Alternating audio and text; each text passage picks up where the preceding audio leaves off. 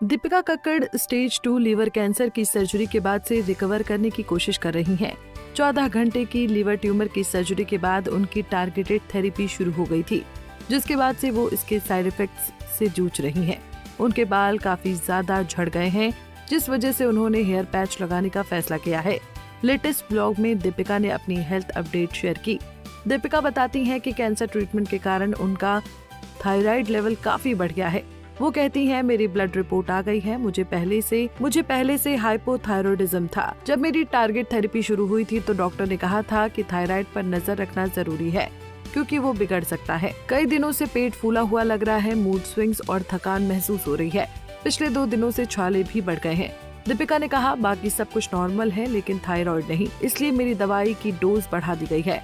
Doctor ने कहा कि टारगेट थेरेपी के दौरान बाल झड़ना बहुत कम होता है, लेकिन मेरे केस में बहुत ज्यादा बाल झड़ रहे हैं।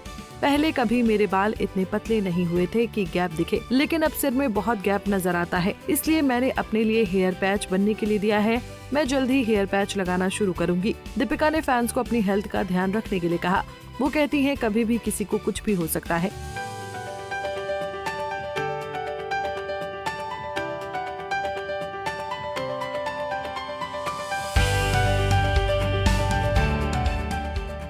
इससे पहले दीपिका ने बताया था कि ये हेयर फॉल बहुत डराता है, बाल बहुत ज्यादा झड़ रहे हैं।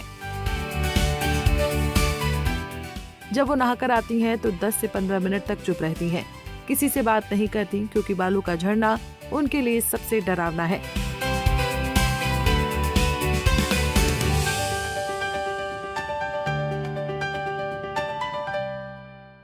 वहीं पति शोएब इस मुश्किल घड़ी में अपनी पत्नी का साथ दे रहे हैं।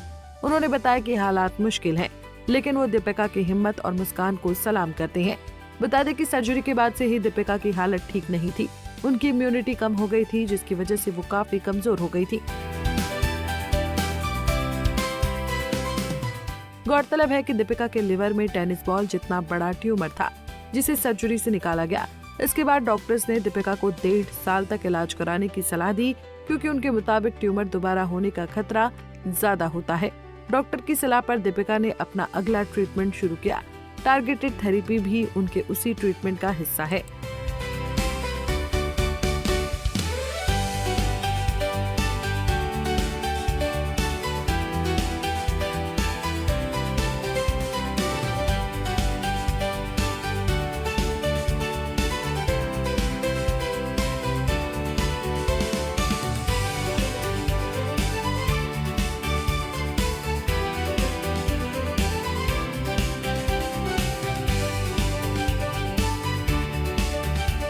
ऐसे ही और वीडियोस के लिए आप नारी के पेज को YouTube पर सब्सक्राइब, फेसबुक पर लाइक और इंस्टा पर फॉलो करना ना भूलें।